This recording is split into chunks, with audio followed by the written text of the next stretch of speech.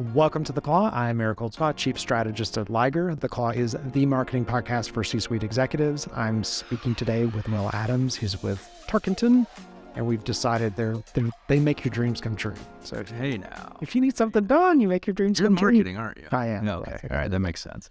So interestingly, we work with these companies that are looking at like their 2026 roadmap. You don't say. This is what we're going to do in 2026. Right. So, they go through their budgeting season, which just, oh my goodness, like they finalize their budgets in April. Like the year's almost done. Like, what are we doing, people? So they're trying to think about 2026. That's super appropriate to maybe, existing systems that they know are running, and really important. If you've got millions of people using a system, you're a fintech or you're doing insurance or whatever, that's got to work, right? You can't break it. That's right. But the world is like changing dramatically. Like when we do our discovery sessions, we only look 2 years out. Yeah. So like, where are you today? What could we do in 6 to 12 months, 12 to 24? And how do we know we were successful? That's right. That used to be a 5-year business plan. Now it's 2. That's right. So I'm a big company. I'm running marketing or something, and I have this like brilliant idea. That's right. But IT's not going to talk to me. That's right. No one's going to let me on that roadmap. Yeah. Because we've worked with companies that they have 2 releases a year. Mm-hmm. And if you don't make the release, this is correct. Yeah. Hell, get in. That's right. So, it's very common. Yeah. Very common.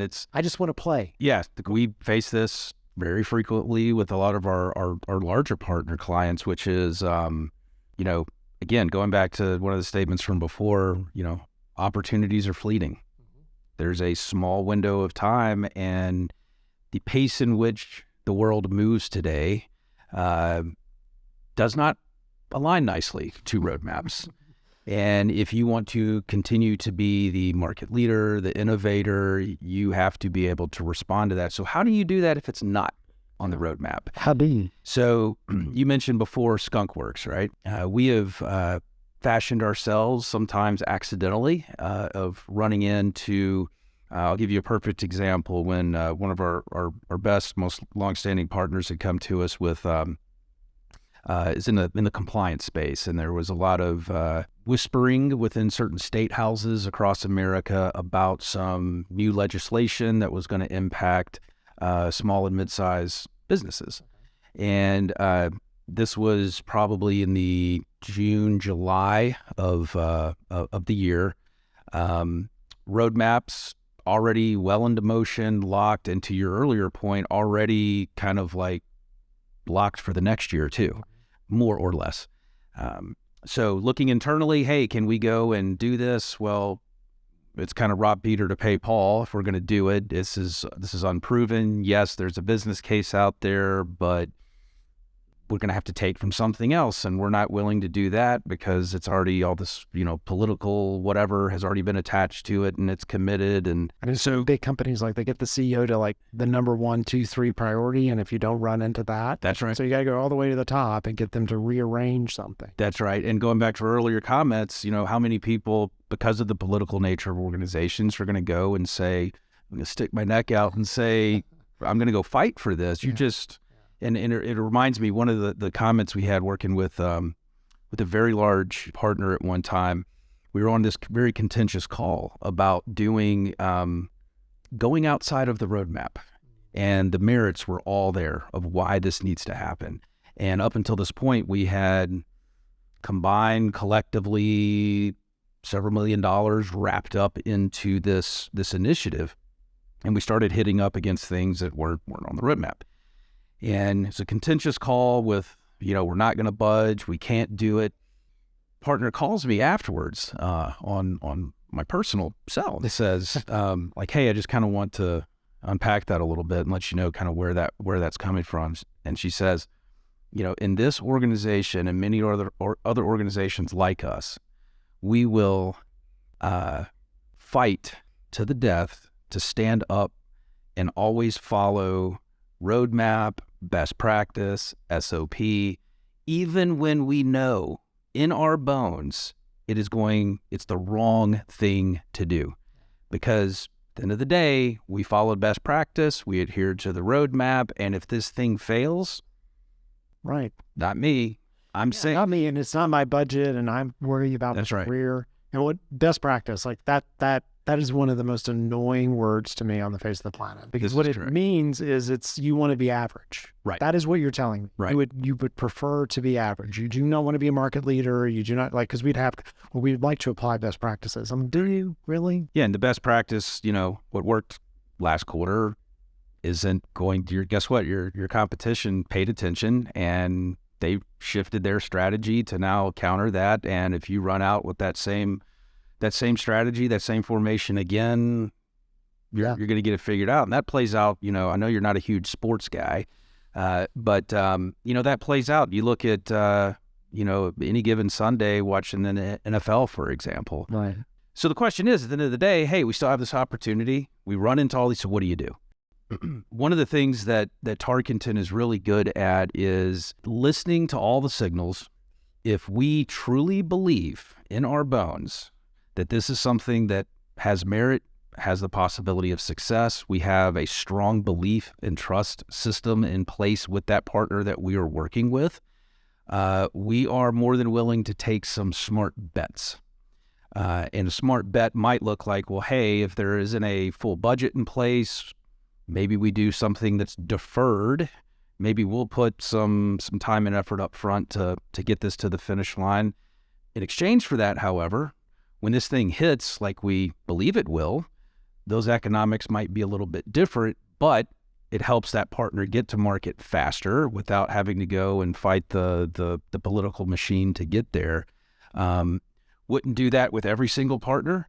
But again, if the track record's there, the trust is there, more than willing to pony up and make some smart bets. And I know in marketing, that's a daily juggle, likely for you and Liger, is what bets do you make, when, and why, and for who? Yeah, and for yeah, absolutely, because it's and industries that are either behind or ahead, and expectations from the buyers of those industries as to what they're going to do. That's right. Because some have more of a stronghold. That's right. They can hold to old things, and you're like, that's not going to. And then, and I, as competitors, is always for me is like the disruptor, like the person who comes in that you didn't expect. You're like, oh my gosh, you did this thing, and now all of a sudden you're a blockbuster, and Netflix just took you out. That's right. I think the flip side of that, Eric, is you're looking at what do you do when you run up against a roadmap that's been set. The flip side of that is how do you influence future roadmaps, especially in mid to larger size organizations. Again, the political changes, reorgs happen all the time. Promotions happen, a strong advocate, maybe a visionary leader gets replaced by a transactional operational leader. So one of the things that that's worked very well for us and the people that we work with is putting together, dependent on what problem or what opportunity we've been called upon to help solve for, we will go through and, you do discovery sessions as part of your marketing. We do the same, similar. We'll go through and create a journey map, essentially. So it could be a customer journey map, product journey map, technology journey map, to where we're plotting out all the different actors, all the different intersections. And as you document that out, it gets signed off on, approved, paid for, sponsored by different executives within the organization. Their names go on it. And then that becomes an artifact or, a relic that we print out huge wall prints that they can slap inside their office. When the train has left the station. It's there. It's documented. There's executives that are attached to it. And anytime there is a conflict or if it helps us make sure that we're executing as we agreed upon. Again, coming back to that one source of truth. This is the one source of truth. Plus, you can start to kind of, explode out, kind of lay all the puzzle pieces on the table to see everything that is out in front of you. Again, going back to the example, the telephone game and the silos, each division within a company, they've kind of got the blinders on to the one thing that they're focused on. But how does this one thing, once it comes to marketing, typically how it works, marketing, unfortunately, doesn't come in until the latter part of something. I built a thing. Now, how do you want to sell? I'm like, what? Like, could we have exactly earlier? Yeah. So unpacking that up front, getting all the different product lifecycle stakeholders in the room creating that map. It helps to to build and create that organizational buy-in. So other thing's true, I think, of human nature, if it's not your idea, it sucks. Right? So if I can get everybody in the room to help me plot this out, so when the ball does come to me, well, I helped shape it. That was my idea when it comes back to me. Yeah, that's a huge part. And that's a huge part for us for the discovery, is to get people bought into like they were part of it, right? And I love the idea of the unique value proposition being created as part of the product. Because what happens is we'll get something, a product, a service or whatever, and then we have to like look at it. And if we already went into it with, okay, we want the messaging to be like this, that could be ingrained into the way that the product is created, right? So it's more meaningful because you're slapping it on top of something. That's right. It's not like you could embed it in the messaging. Like you could think about how it like flows, right? That's right. Which would be manna for the marketing person. Yeah. Like, it's actually on the screen. That's amazing. So yeah. Okay. Yeah. And think about it too. I know some of the work that we've done together, you talk about not being engaged up front in a process. Lots of times when somebody then comes to you and says, hey, go market this, it's like, we're going to have to kind of go back before we can move forward. So again, I think a good message for anyone listening is, bring in the right stakeholders early. And also understand, because marketing gets appropriately like the conversion, what does that look like? Right. If I bring people to crap product, a crap page, a crap service, I can't convert them. It doesn't matter how much you spend to get them there. And we've all had that experience where you're like, I'm finally going to buy it or do the thing. And then you show up and like, this is not what I thought it was at all. That's right. Like, so understanding that you need to have that involvement early, because you can't sell a thing you can't sell. Getting out in front of kind of how the world is shifting, where so much more of the technology inside companies is shifting more and more and more towards marketing. And if you think about marketing, like where does most, if not almost all marketing happen now? It's on the rails of technology. Yeah. Your technology stakeholders and your marketing stakeholders, that's going to be a really interesting thing to watch over the next 5-10 years. Yeah, marketing owns more technology spend than IT does. Yeah. And they have two different attitudes towards it. The IT guy reminds me of like the curmudgeon-y electrician or plumber in your house that you love and want to have. It goes back to what's the Office Space guy? Yeah. With the staple. Yeah. They don't want anything to change. They don't want your house to burn down. So good electricity. You don't want water. Like it's terrible. That's worse damage than anything else, right? You want that guy, right? But you don't really want them to pick out the furnishing for your house. That's right. And those kind of things. That's right. And you like to spend money on those things. You have to spend it on your foundation or whatever. And that allows also from people who could work with you, those are going to be the groups that are going to come in like, hey, I want to just try this thing out. Right. Could we try it out? Right. Could we just test it? Because if you can test it and prove that it's going to work, then you're going to get the buy-in. Well, and putting your neck out there, it's if you look at true leaders within organizations, certainly you have to be able to navigate the complexities of an organization and the politics that come with it. You can't be naive to it, but you also don't have to invest all of your good brain cells on just focusing on how do I be a political operator. The best leaders are the ones that find ways to get things done. When that's the thing, right? So I went to a military college, and everybody thinks the military is about lining up, and the people who always buck the system a little bit, always did the best. That's right. They were the ones who always got a little bit in trouble, whatever. That's right. Because the thing is make the goal. It's not how you they want to know, how did you make the goal? Yeah. Right.